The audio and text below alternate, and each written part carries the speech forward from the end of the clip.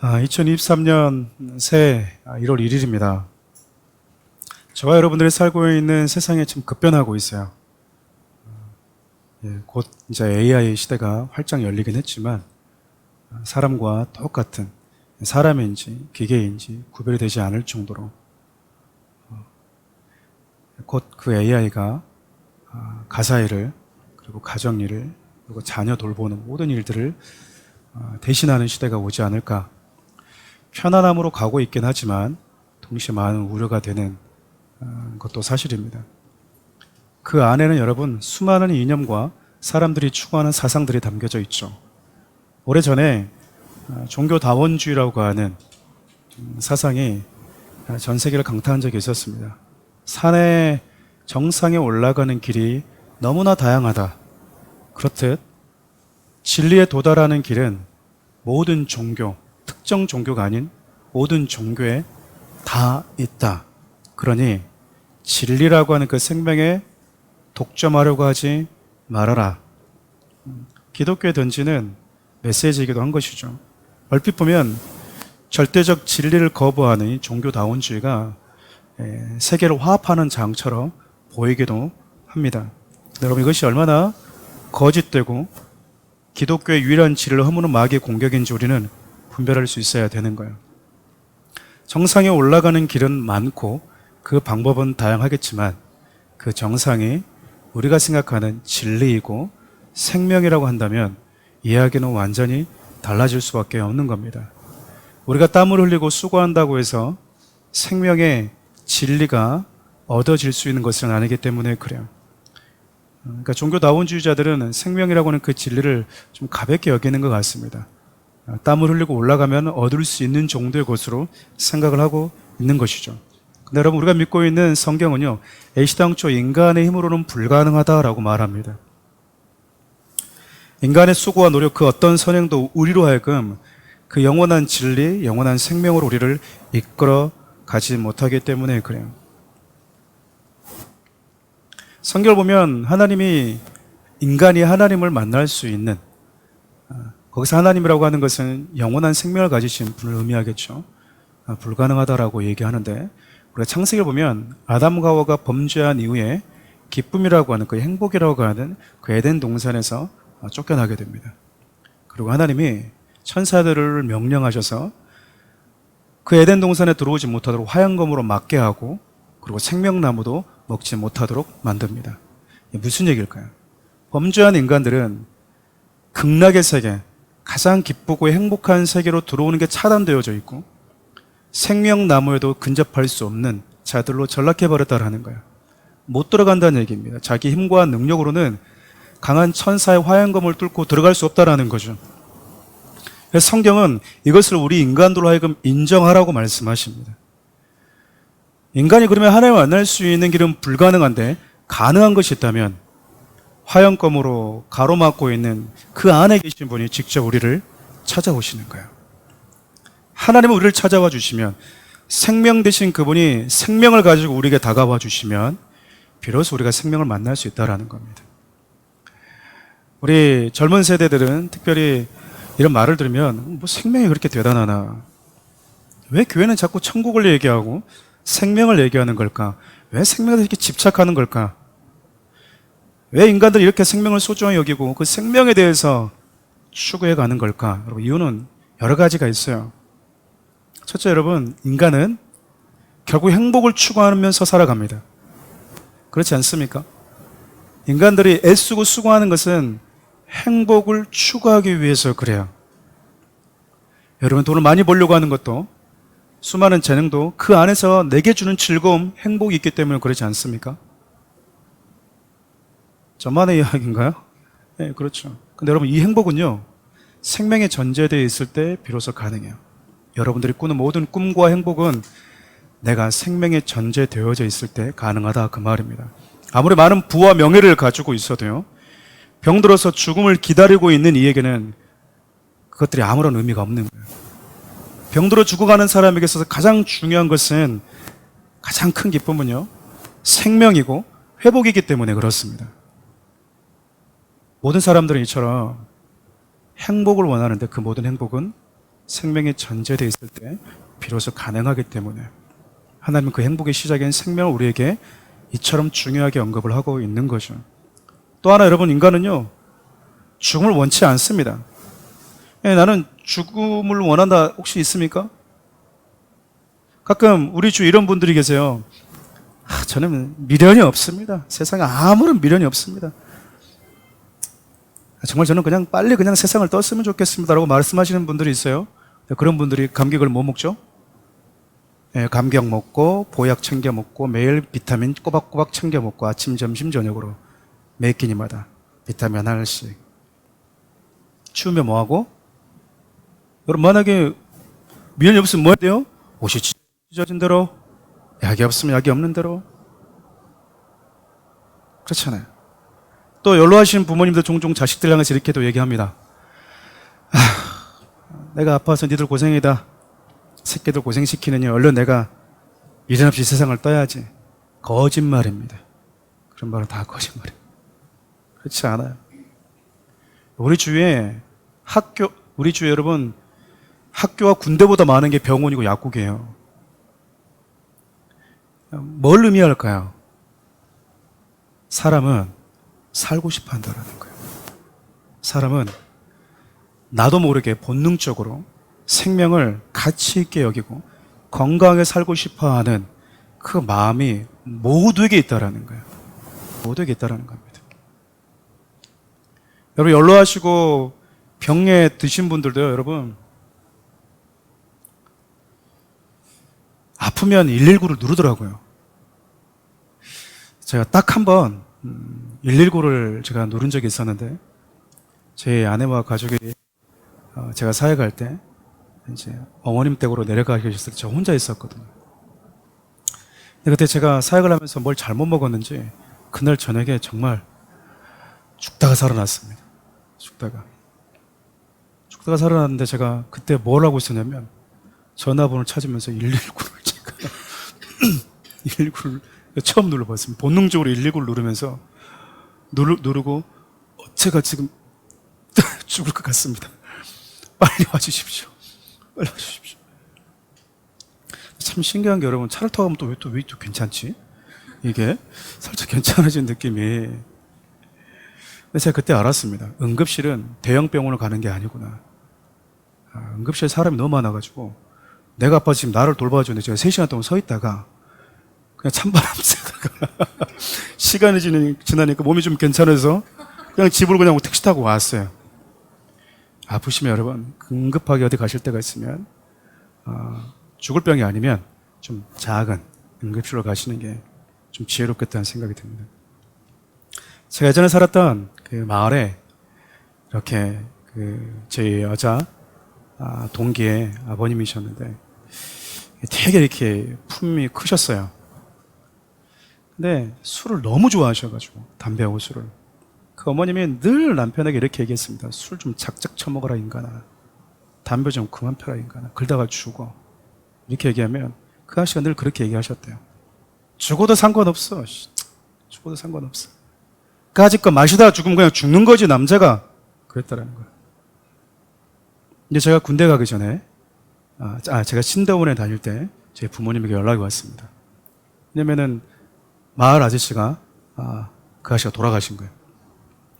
돌아가시는 그 일화를 저에게 얘기를 해줬습니다. 그 아저씨가 너무 술을 많이 마셔가지고 이게 위가 망가졌는데 병원에 입원하게 됐는데 병원에서 복수가 계속 차니까 가망이 없더라고 얘기했대요.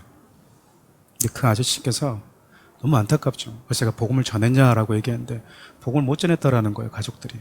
근데 이 아저씨가 죽기 전에 복수가 찼는데 자기 죽음을 직감했는지 정말 온몸에 이렇게 주사바늘이 꽂혀져 있는데도 불구하고 병원에 그 도로로 뛰쳐나와서 살려달라고 사람들 붙으면서 그 복수의 찬피가 입을 통해서 막 나오고 코를 통해서 나오고 그랬다고 그래요. 그래서 제 부모님 그렇게 말씀하셨습니다. 너무 안타깝게 가셨다. 마지막이. 여러분 죽음이 먼 나라 이웃 나라 얘기 같을 때 우리는 쉽게 죽으면 끝나지 뭐 죽으면 말지 생각하지만 전혀 그렇지 않습니다.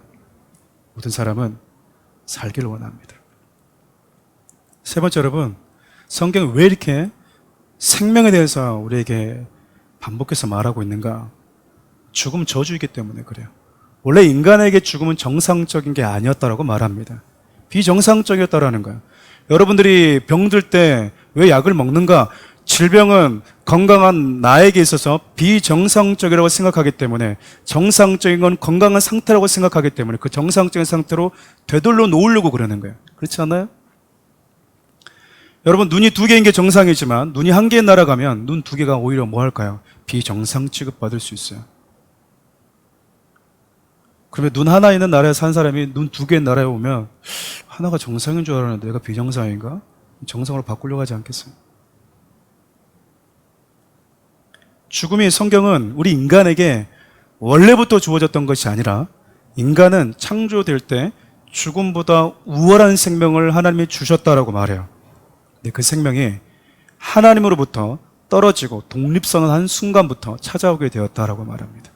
죽음이라는 것은 원래 존재하고 있었지만 인간이 하나님으로부터 독립선언하는 순간 인간은 죽음에 지배받게 되었다는 게 성경의 논리예요. 여러분, 그것을 우리는 주위에서 너무 쉽게 찾아볼 수 있습니다. 우리 주위에 있는 모든 죽음의 원인은 다 생명에서 단절이 그 원인이기 때문에 그래요.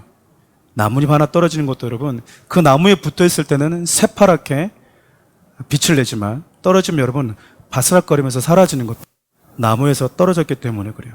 뭘 의미할까요? 우리 인간은 독립적으로 살 수 있는 존재가 애시당초 아니었다라는 겁니다. 성경은 이것을 저와 여러분들로 하여금 겸손하게 인정하라고 말씀을 하고 있는 거예요.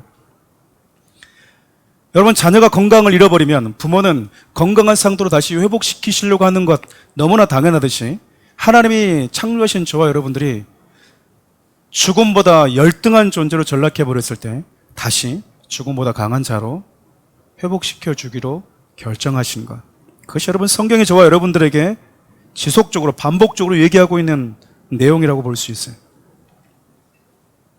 결국 하나님과 단절이라고 하는 그 죄로부터 죽음이 찾아왔다고 한다면 인간의 죄의 문제가 해결되지 않으면 결코 생명은 우리에게 올 수 없더라는 거죠. 로마서 6장 23절 말씀 함께 읽어볼까요?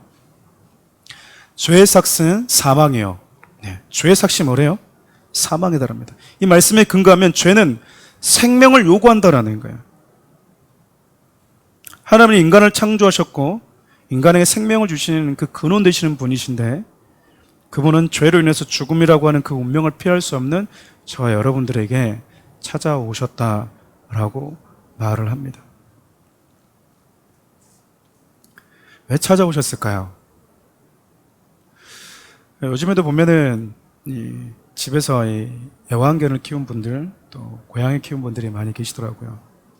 근데 가끔 보면 목사님, 저는 절대 애완견 안 키우고 고양이 안 키울 거예요, 이렇게 하시는 분들이 있거든요. 제가 작년에 저희 매형댁에 어머님을 모시고 잠깐 뵈러 갔다 왔는데 그 고양이가 3마리가 있더라고요. 3마리가. 2마리는 버려진 고양이를 데리고 왔다라는 거죠. 제가 왜 데리고 왔지? 물어봤더니 너무 불쌍했대요. 너무 불쌍해서. 그렇게 집 안에서 고양이 안 키우고 있다고 했던 분들도 보니까 뭐 한 거예요? 너무 불쌍한 거예요. 누군가를 돌봐줘야 되겠다는 마음이 든 거죠. 아무도 돌볼 사람이 없어? 그럼 나라도 해야지. 그 마음이 그 고양이를 내 품으로 데리고 온 겁니다. 고양이에다가 그냥 이름을 갖다가 이 명품으로 다 지어놨더라고요. 뭐 샤넬 고양이를 부르길래 샤넬? 고양이 이름을 샤넬이라고. 루비 이렇게 해놨더라고요. 뭔 말이지 했더니 고양이에다가 자기가 사고 싶은 명품 브랜드 이름을 갖다가 붙여놨어요. 하나님이 저와 여러분들을 찾아오신 이유도 마찬가지예요. 저와 여러분들을 긍휼히 여기셨고 불쌍히 여기셨고 죽어가는, 아니 이미 죽어있는 우리를 바라보실 때 불쌍히 여기셨다라는 겁니다. 이것은 여러분 예수님께서 공생애 때도 우리가 살펴볼 수 있는데 나사로가 이미 죽어서 송장 냄새가 나버렸어요. 여러분 아무리 사랑해도 사람이 죽고 2일, 3일, 4일이 지나서 몸이 썩어가면요 그 시체와 같이 살 수는 없는 거예요. 안타깝지만 이별하고 돌아와야 되는 거죠. 그렇지 않나요? 누가 여러분 죽었는데 썩은 냄새가 나는데 미련을 갖겠습니까?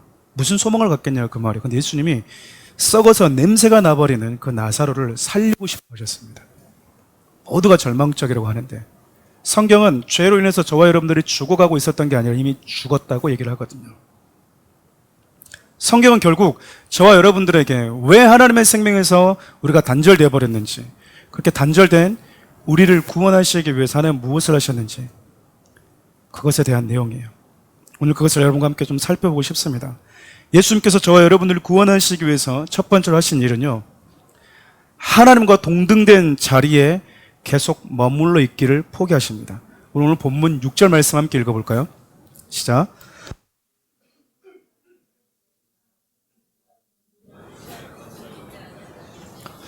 예수님은 성부 하나님과 동등한 하나님이십니다. 여러분 믿으십니까?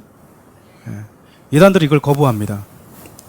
여러분 1 더하기 1은 뭐죠? 1 더하기 1은 2입니다. 2가 되는 기준이 뭘까요? 수학적 개념이에요.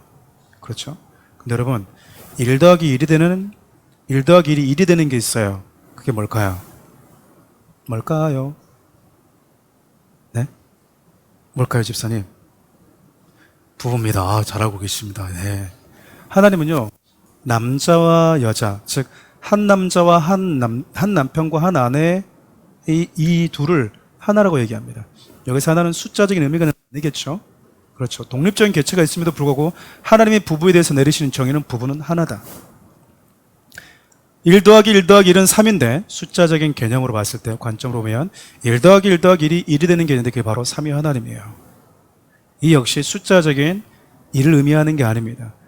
부부가 하나라고 할 때 숫자적인 1을 의미하는 것이 아니듯 부부라고 하는 그 개념 안에는 남편과 아내가 있듯이 하나님이라고 하는 그 개념 안에는 성부 하나님과 성자 하나님과 성령 하나님이 동등한 그 하나님이 존재하신다라는 거예요. 성경 이것을 분명하게 우리에게 언급을 하고 있어요.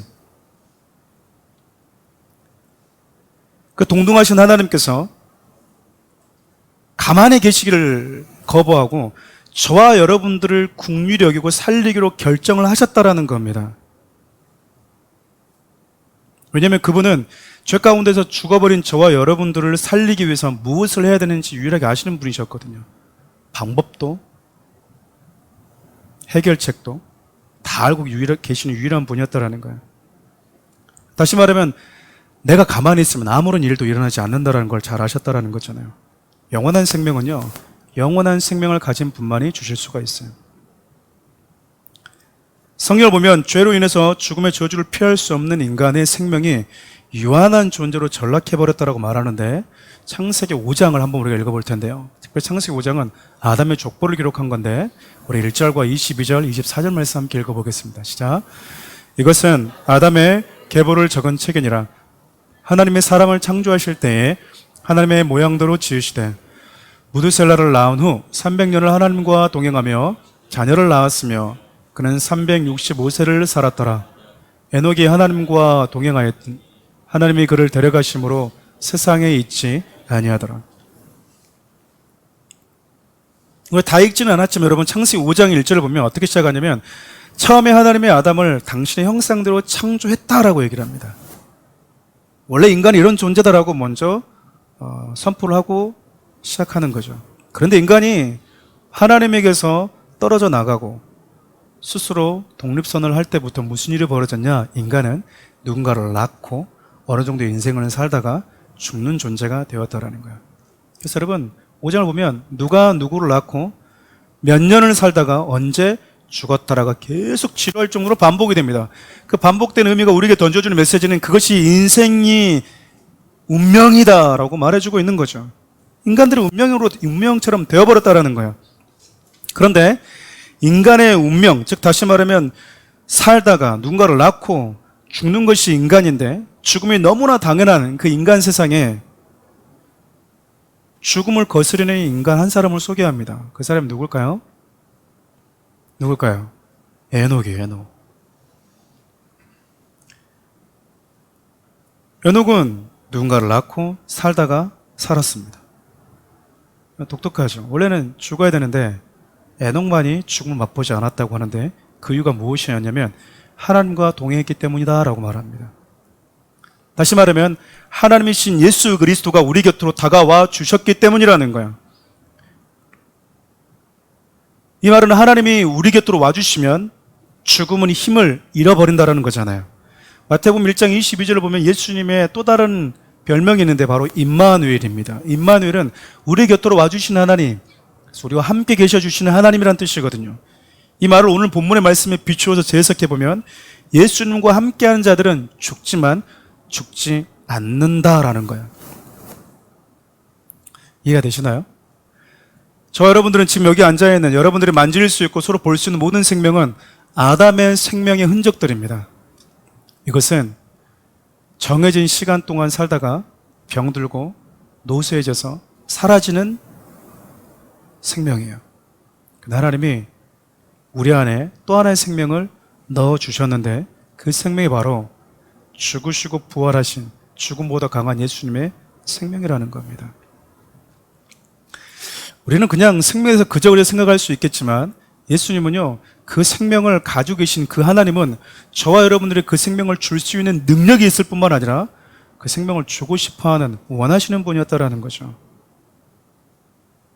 앞서 얘기했던 것처럼 누군가를 사랑하는 마음은요, 누군가를 긍휼히 여기는 그 마음, 거기서 시작이 됩니다. 상대방에 대한 긍휼과 사랑과 그 사랑의 원함이 없으면요, 우리 인생 가운데 아무런 일들이 일어나지 않아요. 여러분 옆에 계시는 사랑하는 사람들 다 어떻게 만나게 됐냐면 여러분들이 원해서 사랑해서 만난 사람들 아니겠습니까? 즉 예수님은 하나님이셨지만 하나님 보좌에 계속 머물러 계시기를 선택하지 않고 저와 여러분들이 있는 곳으로 기꺼이 와 주시기로 결정하셨는데 그 결정하시게 된 가장 근본적인 계기가 저와 여러분들을 긍휼히 여기셨다라는 겁니다.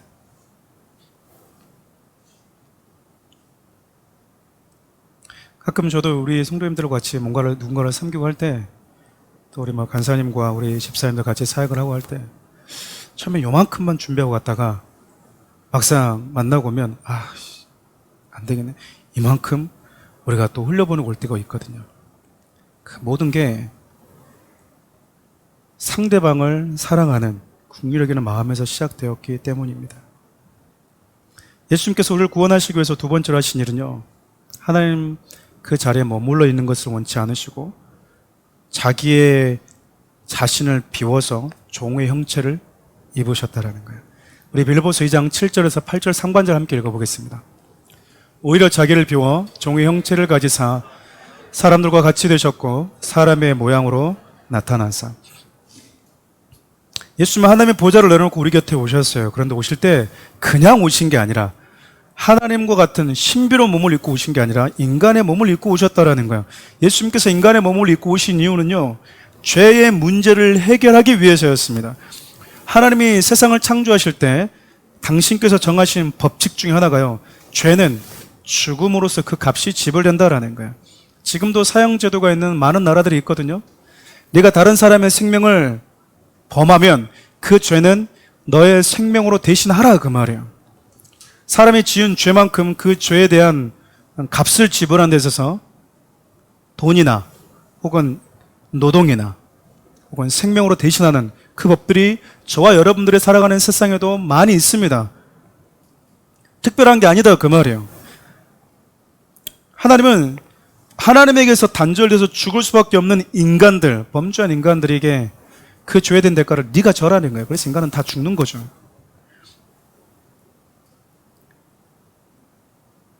죄는 죽음의 값을 요구한다. 구약에 기록된 짐승을 잡아서 죄를 처리하는 과정을 보면 하나님이 저와 여러분들에게 죄는 이렇게 처리된다라는 것을 보여주고 있는 거예요. 그냥 짐승 심심해서 잡는 게 아니고요, 그 아까운 소중한 짐승들의 생명까지 하나님이 피를 쏟아내면서까지 우리에게 보여주고 싶었던 건 죄가 이렇게 참혹한 것이고 무거운 것이고 죄는 이런 과정을 통해서만이 지불되고 사라진다는 것을 반복해서 저와 여러분들에게 말씀해주고 있는 것이 바로 구약에서 짐승을 잡아들이는 제사의 법칙인 거예요. 우리 히브리서 10장 5절과 10절 말씀 함께 읽어볼까요?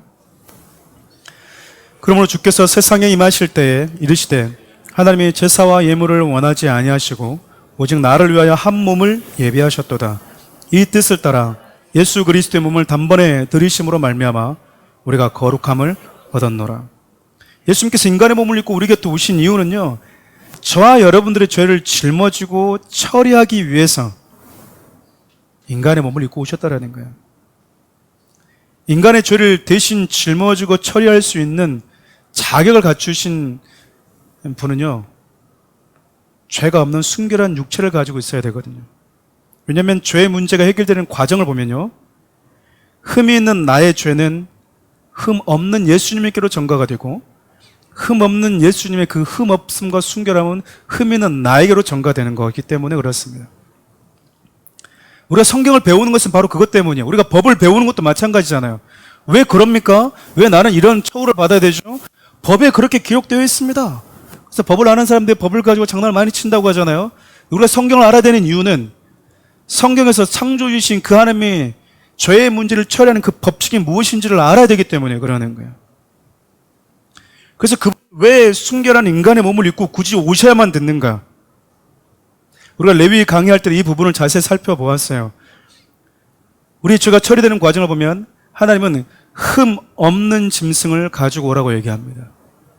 그리고 그 짐승에게 손을 얹고 나의 죄를 고백하면 내 죄, 그 흠이 흠 없는 짐승에게로 흘러 들어간다.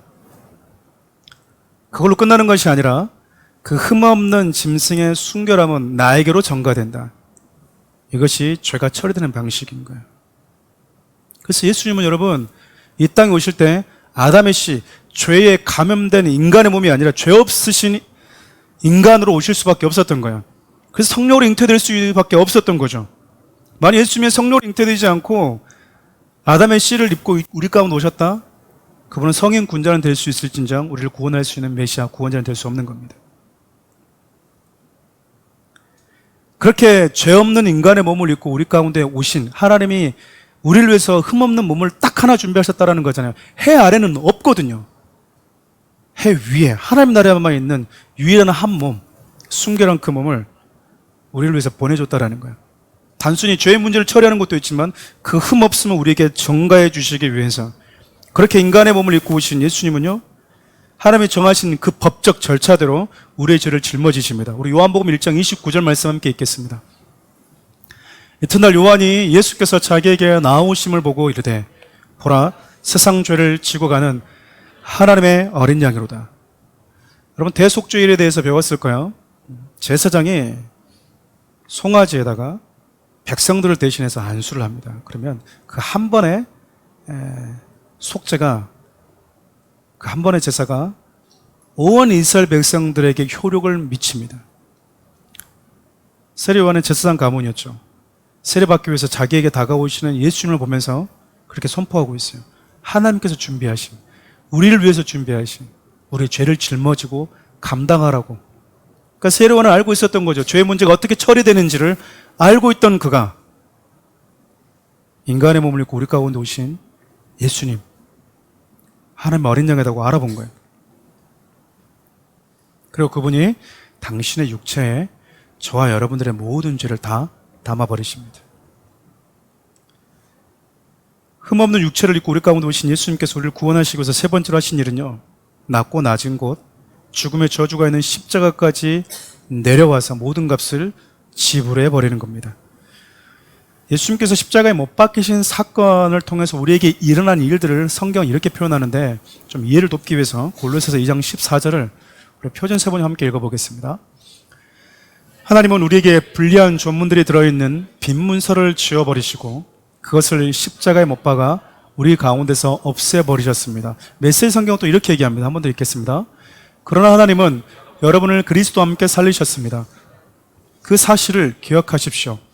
여러분의 모든 죄가 용서받았고 여러분의 이력이 깨끗해졌으며 여러분을 체포하기 위해 발부되었던 구속영장이 취소되어 그리스도의 십자가에 못 박혔습니다.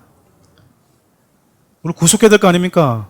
사형을 받으려면 생명의 값을 지불하려면 데리고 와야죠. 그 죄를 지은 사람을 체포영장에 발부되는 거죠. 그럼 마귀는요, 그냥 우리를 참소하지 않습니다. 너는 범죄했으니까 하나님의 정하신 법대로 너는 죽어야 되잖아. 우리를 소환하는 거예요, 중앞으로. 그래서 방금 읽었던 골로새서 2장 14절을 보면 저와 여러분들에게 발부되었던 구속영장, 청구된 그 빈 문서를 청산하시고 우리의 이력을 깨끗하게 해주시기 위해서 당신의 생명이라고 하는 값을 내려놓으셨다고 합니다. 죄로 인해서 이 모든 것들이 청산된 그 장소가 바로 십자가라는 거예요. 원래 우리가 그 발부된 구속영장에 체포하고 구속되어서 갇혀야 되고 청구된 그 빈문서 갚지 못해서 영원히 저주의 그 나무에 매달려 있어야 되는 존재들이었잖아요. 근데 여러분 이제 우리는 그 저주 자리에서 그 깊은 그 저주 자리에서 이제 올라올 수 있게 된 거예요. 왜냐하면 그분이 저와 여러분들이 받아야 될 그 저주의 자리까지 내려가 버리셨기 때문에 그렇습니다. 예수님께서 수치와 저주가 담긴 십자가까지 내려가신 이유는 간단해요. 거기에 여러분들이 있었기 때문입니다. 거기에 저와 여러분들이 거기에 있었기 때문에 우리 주님이 거기까지 내려가셨다라고 이야기를 합니다. 그렇게 우리 주님을 닮는 삶을 살았던 수많은 믿음의 선배들이 있었는데 대표적으로 바울일 거예요. 바울이 어떤 삶을 살았는지 한번 볼까요? 우리 고린도전서 9장 19절에서 23절 함께 읽겠습니다. 내가 모든 사람에게서 자유로우나 스스로 모든 사람에게 종이 된 것은 더 많은 사람을 얻고자 함이라. 유대인들에게 내가 유대인과 같이 된 것을 유대인들을 얻고자 하며 율법 아래 있는 자들에게는 내가 율법 아래 있지 아니하나 율법 아래 있는 자같이 된 것은 율법 아래 있는 자들을 얻고자 하며. 계속요. 율법 없는 자에게는 내가 하나님께는 율법 없는 자가 아니요 도리어 그리스도의 율법 아래 있는 자이나 율법 없는 자와 같이 된 것은 율법 없는 자들을 얻고자 하며. 약한 자들에게 내가 약한 자와 같이 된 것은 약한 자들을 얻고자 하며 내가 여러 사람에게 여러 모습이 된 것은 아무쪼록 몇 사람이라도 구원하고자 하매니 내가 복음을 위하여 모든 것을 행함은 복음에 참여하고자 함이라. 바울은 하나님께서 자기에게 주신 그 자유를요 이처럼 스스로를 제한하는 데 썼다라고 이야기를 합니다. 자기가 자유자였지만 마치 종처럼 누가 보면 너 종이니? 라고 하는 말을 들을 정도로 섬기는 자로 살았다는 거잖아요. 그는 율법에 자유했습니다. 그런데 율법을 지켜야 된다고 생각하며 살고 있는 유대인들을 대할 때는 그 율법을 가볍게 여기지 않았어요. 야, 율법을 왜 지켜? 율법을 존중히 여겨줬다라는 거죠. 율법 없이 사는 자를 만날 때는 자기가 율법에 담겨져 있는 하나님이 주신 소중한 메시지는 가지고 있대. 율법 없는 자들처럼 그들을 대했다라고 말합니다. 바울이 이처럼 만나는 사람들마다 그들이 있는 모습을 취했던 이유는요, 복음을 통해서 아무쪼록 한 영혼이라도 더 얻기 위해서 그랬다라는 거예요. 바울의 고백처럼 누군가를 얻으려면 낮은 자리로 내려가지 않으면 안 된다는 거죠. 이 말은 여러분 우리가 그 사람이 있는 그곳에 가서 같은 죄를 지으라는 뜻이 아니에요. 생명을 얻기 위해서는 내가 가지고 있는 권리와 위치, 그 편안함을 내려놓지 않으면 생명을 얻는 것은 불가능하다라는 겁니다. 근데 여러분 이런 낮은 곳의 초대가 비단 바울에게만 요구하는 삶일까요? 하나님이 저와 여러분들에게 요구하는 모습 아닙니까? 사랑하는 우리 성도 여러분, 2023년 새로운 꿈과 비전, 살아가는 우리 길 통해서 그리고 저와 여러분을 통해서 하나님께서 행하실 일, 그 계획하신 그 일들 여러분 기대가 되십니까? 기대가 되세요? 너무나 중요합니다. 그러나 이 모든 것들은요 예수 그리스도의 마음을 품는 데서부터 시작되어야 되는 거예요. 그 어떤 사역도 그 어떤 비전도요 이거보다 앞설 수는 없는 거예요. 앞서 우리가 살펴보았던 것처럼 빌립보서 2장에서 언급하고 있는 그 말씀을 근거하면 주님이 우리에게 보여주신 그분의 마음은 무엇입니까? 연약한 자들이 있는 곳까지 내려가는 것, 그것이 비록 저주스러운 자리를 하더라도 거기까지 내려갈 수 있는 마음, 저와 여러분들의 생명을 소중하고 가치 있게 여겨주는 그 예수님의 그 마음, 결국 예수님의 마음에는요 저와 여러분들 향한 사랑과 생명이 고스란히 담겨져 있었던 거예요. 예수의 마음을 품어라, 이 마음을 품어라 라고 말씀하시는데, 품으라고 하는 것은 그것을 얻기 위해서 애써라, 몸부림쳐라, 그것을 얻기 위해서 추구해라 라고 하는 뜻이거든요. 전 사랑하는 우리 교회 성도님들이 2023년 시작하면서 이 주님의 마음을 마음에 품고 시작했으면 좋겠습니다. 1월 1일 사랑하는 우리 교회 주신 비전, 그 메시지를 선포하는 것보다 더 중요한 게 저에게는 십자가의 복음이었어요. 우리가 이 그리스도의 마음을 버려버린 순간 우리는 하나님과 상관없는 일 잘하는 일꾼들로 전락해 버릴 수 있기 때문에 그래요. 열심히 일했지만, 내가 주를 위해서 이거 했지만 주님이 나는 너를 모른다라고 말할 수 있기 때문에. 예수의 마음을 가장 잘 품고 사는 사람들은요, 예수님처럼 영혼을 살리기 위해서 그 영혼이 있는 곳까지 기꺼이 내려갈 마음의 준비가 되어 있는 자들 아니겠습니까? 세상의 모든 이치 중 하나는요, 흘러내려가야만이 산다라는 거예요. 비가 흘러서 내려서 하늘에 멈춰 있거나 산 위에 있는 물이 아래로 흘러가지 않으면 아래에 있는 것들은 살아날 수가 없는 거예요. 그것들이 흘러갔기 때문에 그 밑에 있는 크고 작은 생명들이 호흡하고 생명의 싹을 띄울 수 있는 거 아니겠습니까? 그럼 여러분, 우리 스스로에게 질문을 이제 던져봐야 되는 거야. 주님이 나에게 내려가라고 하는 곳은 어디인가? 주님의 마음을 품고 내려가라고 하는 곳은 어디인가? 나의 자존심, 나의 기질, 나의 익숙함, 나의 옛 습성들, 나의 옛 자아들 과감하게 십자가에 못 박는 곳, 거기로 내려가야 되지 않겠습니까? 내가 내려가야지 그가 살 수 있다면 기꺼이 내려가는 곳, 그곳이 저와 여러분들이 내려가야 되는 곳이에요. 아내도 남편도 상대가 나로 인해서 하나님을 볼 수 있다면, 행복할 수 있다면 기꺼이 나의 권리도 나의 자존심도 내려놓는 것, 그것이 여러분 배우자들에게 있어서 내려가야 될 자리가 아니겠어요? 끝까지 나의 자존심을 지키겠다, 나의 권위와 나의 권리를 지키겠다, 아무런 역사가 일어나지 않습니다. 여러분, 그렇다고 무조건 작고 낮은 곳을 선호하지 마십시오. 그곳에 생명의 역사가 있는지, 그곳에 내려가면 살아나는 역사가 있는지, 그걸 분별할 줄 알아야 돼요.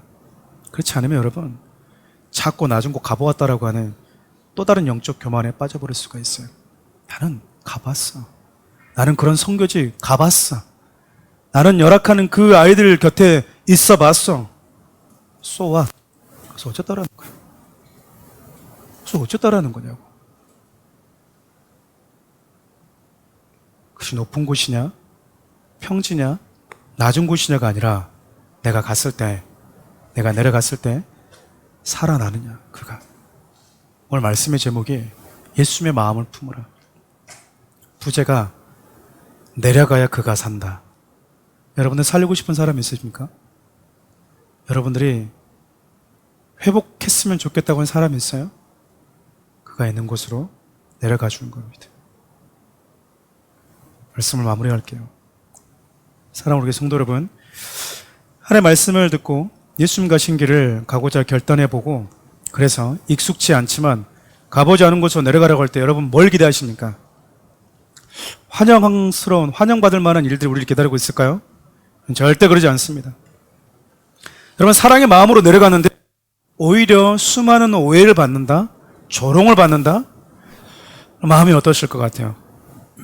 여러분, 예수님께서 십자가에 매달려 계실 때 사단이 이렇게 예수님께 속삭입니다. 우리 마태복음 27장 한번 읽어보겠습니다. 함께 읽겠습니다.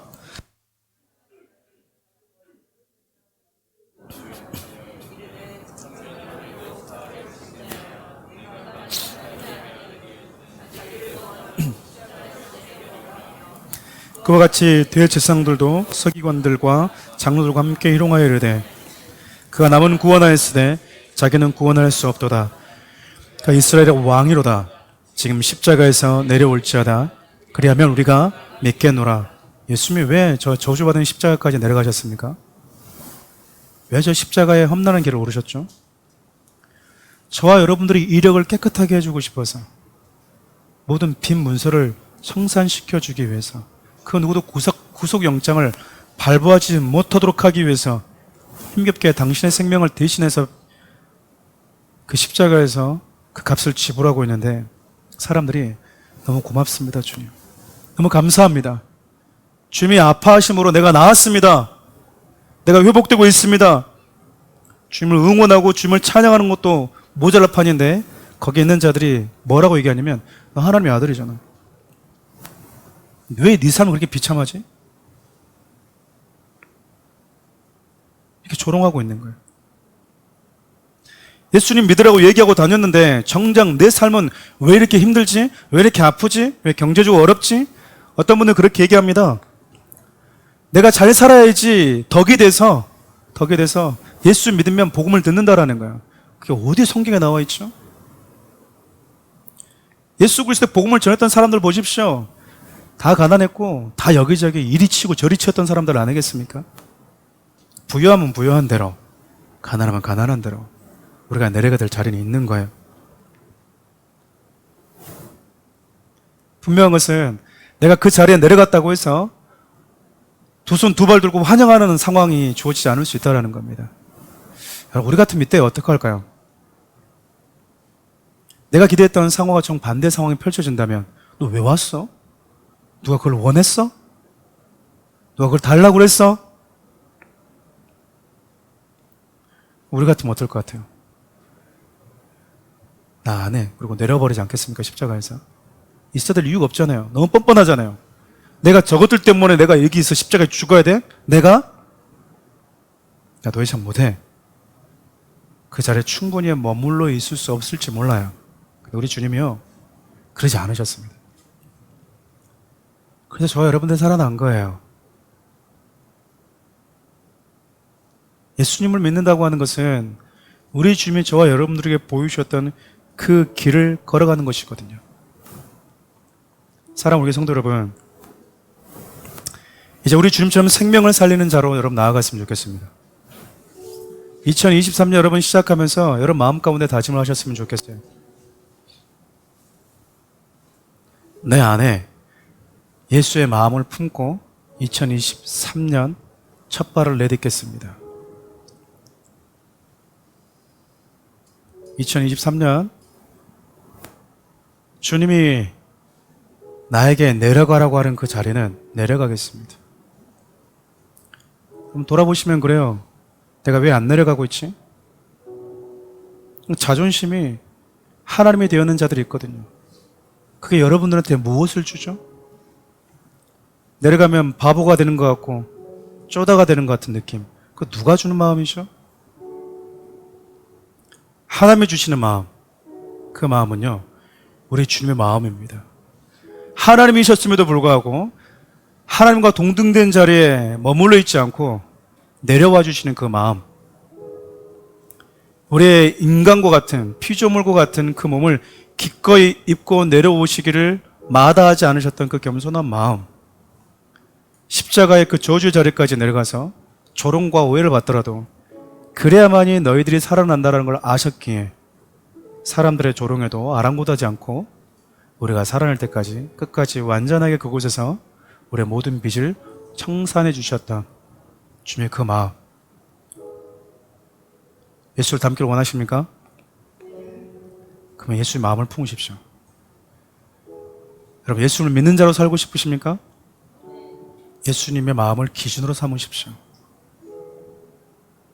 주님이 저와 여러분들에게 보여주셨던 그 마음, 그 길을 따라서 2023년 첫 발을 내딛는, 그리고 나서 2023년 마지막 12월 마지막 날에 주님이 나로 하여금 내 안에 올 초에 시작했던 것과 달리 조금 더 주님의 마음을 내 안에 가득 심어주셨다라고 하는 그 보람된 모습으로 또 하나님을 예배할 수 있었으면 좋겠어요.